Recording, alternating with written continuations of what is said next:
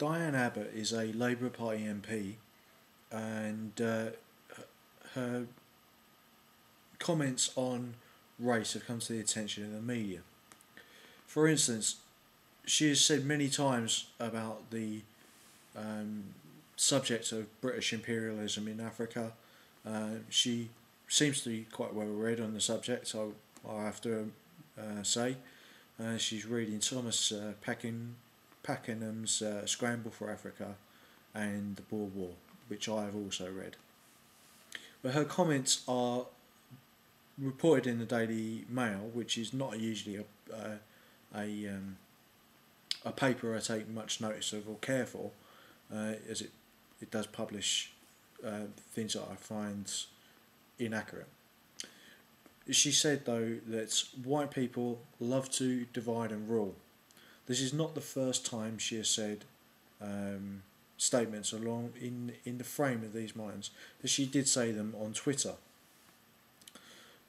Although that is a public forum, she is an MP and she does have responsibility for her actions, as a representative of not just her constituency or her ethnic group, but the entire body politic of England and Great Britain, and of course by extension European Union.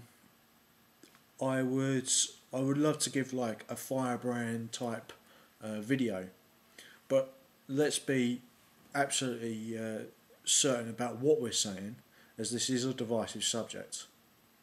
I recently did a video series called Western Rationalism versus Totalitarian Memes. Of course, not all memes are totalitarian. Western Rationalism is a meme in itself. What is a meme? A meme is an idea that keeps recreating itself and keeps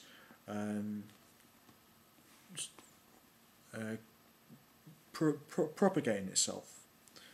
It's almost like people buy into different confederacies of ideas which sort of have a semblance of unity together.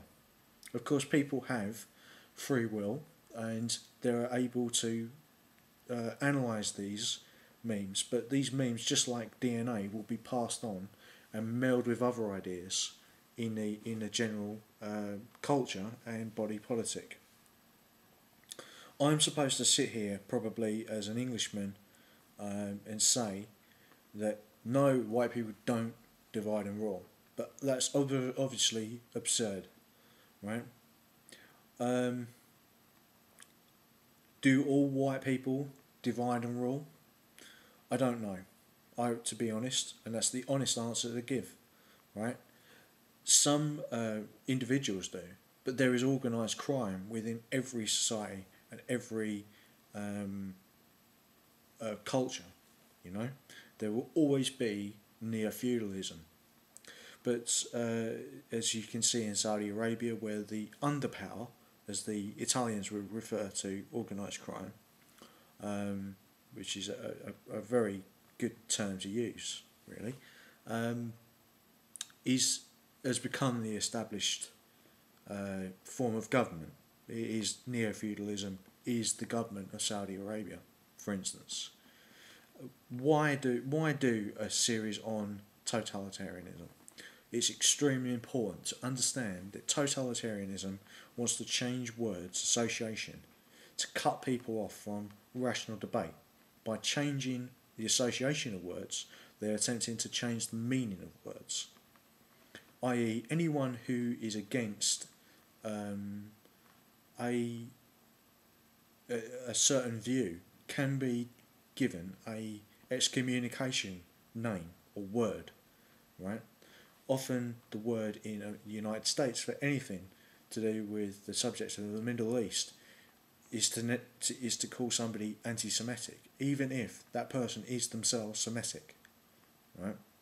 So for instance, Arabs, it's usually applied to anyone who is not Jewish, even though Carthaginians, Somalis, Cushites, from where the Jewish people originally came from in Ethiopia or Arabs in general are Semitic. It's never used specifically for them. It's always used in that term in the framework of the debate about American foreign policy towards the Israelis. In other European countries, particularly, it's to denounce someone as racist is often used to excommunicate somebody. Even if, like Diane Abbott has said, you could say that her words were actually racially divisive and possibly racist. But really, the definition of racism is that one person, for whatever reason, whether scientifically based or not, believes themselves to be part of a racial group, right, which is a biological fact, rather than something that is psychological, which is superior to another, intrinsically superior. And that, of course, can be proven or disproven on an individual basis, which sort of, you can take your patch of ground on that subject. I'm not going to say that there has never been a white person who divided and ruled, right? Like Cecil Rhodes, yeah? But is he representative of all white people? Well, white people are many different races themselves. Broadly speaking, Europeans, Western Europeans, are Nordic Celtic people, or a mix of those, or Romanic Nordic Celtic. We're a mix of the Nordic Celtic people from east of the Rhine and in the northwest of Germany, and the Celtic people of Britain, and the Romanic Celtic people of Italy and Spain, etc. There's also a Doric element from Greece and an Athenian element. Of course, the Doric element came from Scandinavia, and of course there is a small Germanic element, and Slavic element, and a larger Slavic element, both of which are basically from Asia, from the Pripyat Marshes, which is technically, geographically, in Asia.